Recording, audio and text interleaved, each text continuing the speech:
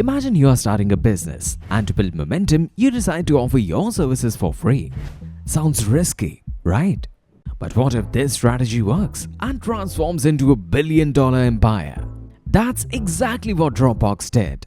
From a college project to a tech giant, Dropbox has revolutionized how we store and share files, evolving into a business valued at around $10 billion. But how did a simple solution to file sharing become a multi-billion-dollar powerhouse? What's the story behind this tool that now serves over 700 million users worldwide? And how did Y Combinator support Dropbox to grow from a simple idea into a tool millions can't live without? Also, Dropbox's free user base grew so explosively that it turned down a 9-figure buyout offer from Steve Jobs. Wondering how they had the confidence to reject one of the top entrepreneurs of the decade? If yes, then join us as we find out how Dropbox moved from a small idea into a big billion player in the tech world. So, without further ado, let's get into this massive saga. Dear Houston's story starts with something many of us have experienced. One day while on a bus ride, Drew found himself without his USB yet again. What sparked that idea to him? What if you didn't need a physical device to store files? What if storage could be online and accessible anywhere? He began coding the first version of Dropbox right there on the bus. He knew that a simple and user-friendly solution to file storage was something millions of people needed. Well, this wasn't Drew's first trip into technology. He had worked at startups before, but this time was different. The idea was personal, and he saw the enormous market potential for cloud storage. He found it as an opportunity to make file sharing as simple as sending an email. Drew wasn't alone in this endeavor. Arash Ferdowsi, a fellow student at MIT, joined him as a co-founder. Arash shared Drew's vision and technical expertise, and together they launched Dropbox in 2007.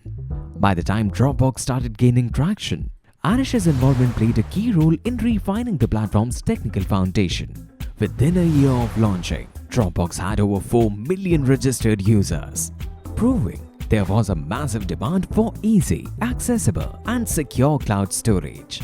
Despite the promising start, Drew needed the right mentorship and resources to grow Dropbox into something bigger. In 2007, he applied to Y Combinator, one of the most prestigious startup accelerators. This was indeed a turning point in Dropbox's story. YC provided Dropbox with $15,000 in seed funding. But more importantly, Y Combinator's mentorship gave Dropbox credibility and helped it attract attention from Silicon Valley's top venture capitalists. After joining Y Combinator, Dropbox adopted a freemium model. It offered users free storage and charging them for updates. This strategy was simple but powerful. Millions of users signed up for free plan, but the real profits came from those willing to pay for extra storage and advanced features. Dropbox's success highlighted on balancing free access with premium upgrades. About 96% of Dropbox's users enjoyed free services, but the remaining 4% who upgraded were enough to sustain profitability. Dropbox's viral growth was further driven by a simple and genius idea, which was using referrals. The famous Dropbox referral program offered free extra storage to both users and their friends for every successful invitation. This clever tactic expanded Dropbox's user base with minimal marketing costs. With viral growth came the need to scale, and Dropbox was ready. After its initial success, Dropbox attracted attention from top-tier investors. In 2008, it raised $6 million in Series A round, led by Sequoia Capital. This rapid growth caught the attention of major players in the tech world. Just a year later, in 2009, Dropbox's potential had skyrocketed, attracting none other than Steve Jobs, who invited them to Apple's headquarters in Cupertino to discuss a potential acquisition of Dropbox for a 9-figure sum, reportedly between $100 million and $999 million. During the meeting, Jobs expressed his interest in incorporating Dropbox as a feature within Apple's ecosystem, rather than viewing it as a standalone product. Despite the massive offer, Drew Houston turned down the offer, explaining that he envisioned Dropbox as a much bigger company and wanted to scale it independently. Jobs, though disappointed, remarked that Dropbox was merely a feature, not a product. By 2011, Dropbox had more than 50 million users, all thanks to the snowball effect of its referral program. And as Dropbox continued to grow, it raised more capital, a significant $250 million round in 2011 boosted Dropbox's valuation to $4 billion.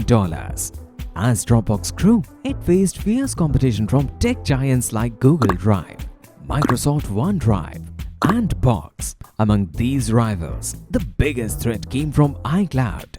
After Dropbox declined Apple's acquisition offer, Apple launched its own cloud storage service, iCloud, in an attempt to compete directly.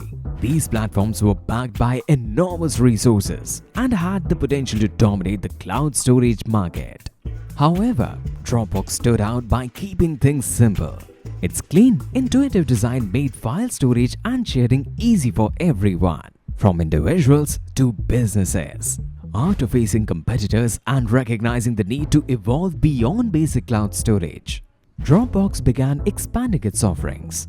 Then, Dropbox Business was introduced. It targeted enterprises with advanced collaboration and management tools. Dropbox Paper soon followed, entering the market for online document collaboration and competing directly with Google Docs and Microsoft 365.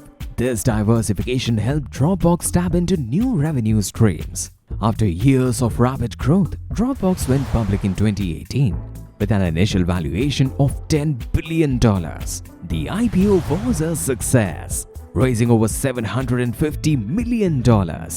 Investors were optimistic, and the stock prices soared in the early days of trading. By 2023, Dropbox had solidified its position as a major player in the tech world.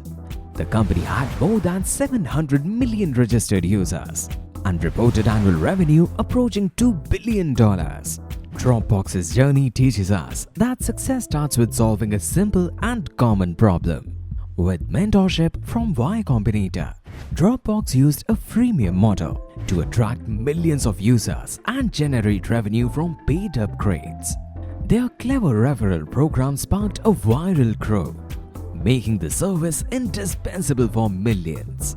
Dropbox's saga is indeed an inspiring blueprint for any entrepreneur. Its combination of simplicity, scalability, and smart diversification helped secure its place as one of the most successful tech companies of the last decade. If you're seeking a partner like Y Combinator to support your vision, connect with Exit Fund. Get the funding and resources you need to turn your ideas into reality. Till then, like, share, and stay tuned to learn more about bold moves like this in the world of startups. And don't forget to subscribe for more inspiring stories of entrepreneurial grit and game-changing investment stories.